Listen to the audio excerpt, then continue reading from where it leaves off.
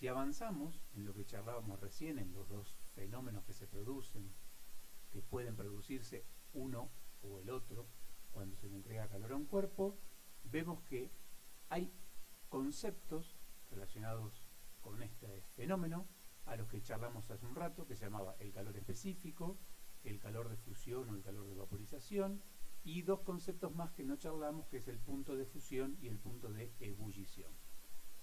Entonces, ¿con qué se relaciona el calor específico? En función de lo que vimos antes, con este cambio que se produce de temperatura debido al calor sensible. O sea, el calor específico es una medida de cómo se calienta el cuerpo en función de ciertas características.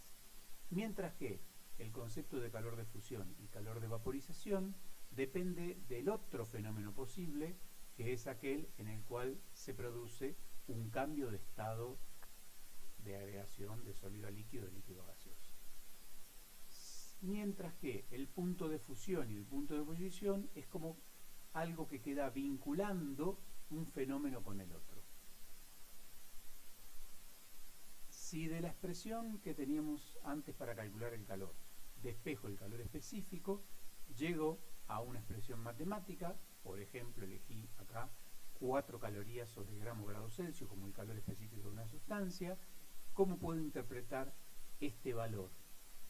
Que si a 1 gramo de sustancia le entrego 4 calorías, ese cuerpo no va a cambiar de estado, pero sí va a aumentar su temperatura 1 grado Celsius. Mientras que ese calor específico puede ser uno para el sólido, otro para el líquido y otro para el vapor o gas. No son necesariamente el mismo, o sea, por ejemplo, el calor específico del hielo es distinto del calor específico del agua y distinto del calor específico del vapor de agua.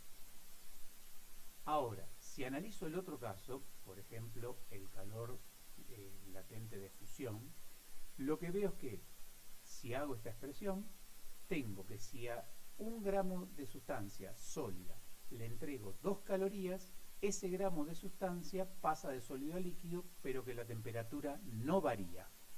Y esto hay que tener en cuenta que hay un calor específico latente de fusión, para cuando el cuerpo pasa de sólido a líquido, y un calor específico latente de vaporización, cuando pasa de líquido a vapor. En un grafiquito podríamos pensar lo siguiente. Tengo el cuerpo, le entrego una cantidad de calor 1, entonces ese cuerpo va a calentarse hasta alcanzar su punto de fusión. Si le sigo entregando calor, va a pasar a líquido. Y ese líquido sigue estando a la misma temperatura que estaba el sólido cuando se estaba fundiendo. Porque recuerden que cuando cambia de estado, la temperatura permanece constante.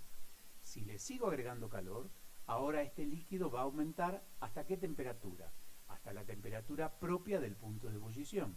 Cualquier otra cantidad de calor que le entregue va a hacer que este líquido pase a gas, a vapor, pero manteniendo constante su temperatura. Y si después de que termino de que esté todo en estado de vapor, lo sigo calentando, lo que voy a lograr es tener gas más caliente, vapor más caliente. En un grafiquito lo que vamos a ver es justamente esa situación. Aumenta la temperatura, permanece constante, aumenta la temperatura, permanece constante, vuelve a aumentar la temperatura. O sea, en esta situación está recibiendo calor y pasando de sólido a líquido. Y en esta situación está manteniendo la temperatura, pasando de líquido a vapor.